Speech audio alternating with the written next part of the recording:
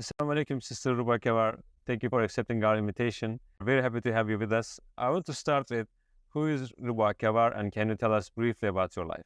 Bismillah ar-Rahman ar-Rahim. In the name of Allah, the most gracious, the most merciful. My name is Ruba Kawar, and I was born in April 30th, 1981 in Denmark. I come from a Christian background. My family are evangelists, and they are Christian missionaries, and also they evangelize and try to bring the Muslims to Christianity. Back in 1985, we immigrated back to Jordan. This is where I come from. And my father decided to be a pastor in a church because my grandfather was the pastor of the church. So he took his place after he died. And we stayed there for 18 years. And in the process, he opened other 3 churches in Jordan. And in 2002, we had the immigration to come to United States of America. So I came here and I was helping also my uncle, who was also a Baptist missionary and a pastor in an Arabic church in Dallas, Texas. And then after that, I finished my school, getting my degree in 3D modeling and animation for games. How was your life in regards to faith?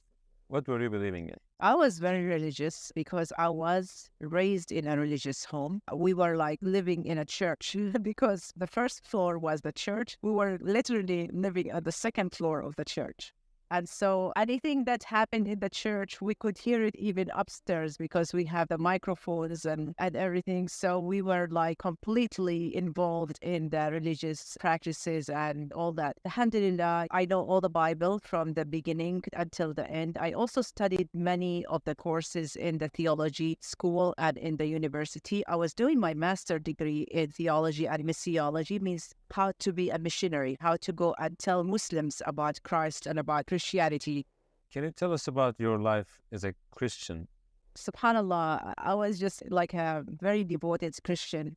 So we had Bible studies almost every day with the family. They call it the altar where the family get together and we sit and we read the Bible and we learn from it. When I was 12 years old, I became a teacher in the church. My father assigned me to be a Sunday school teacher for the children. And then while I was growing up, I started taking higher ages until I started also being a leader in the youth. When did you start questioning your faith? In 2004, after my father died, that was one of the things that it was a catastrophe for me. And I started thinking, why does God take the good people away like this? I was like his right hand. He was everything for me at the time, of course, with my mom. He left us with 6 kids, and the youngest was 7 years old. It was a very tough time, like financially and also like emotionally. We were left with no support. Where you were becoming aware of other religions, other belief systems. When I came to the United States to see all these people from different backgrounds and all these people from different races and different religions, because I want to know as a Christian, how can I bring them to Christianity? And I started learning about other religions until finally, when I was in college, they had a called International Day where everyone dressed up like international of their country and they have music. I went there and then I found some Muslims there and I got to know them and we started being friends. There are some Jews, but mostly Sunni. I wanted to bring them to Christianity, telling them to come to church, to read the Bible. They were asking me some questions like, for example, where did Jesus say in the Bible that he's God? So I tell them, oh, he said it so many times. The Father and I are one. Whoever saw me saw the Father. So I knew the answers because this is how I was programmed on to answer on these questions.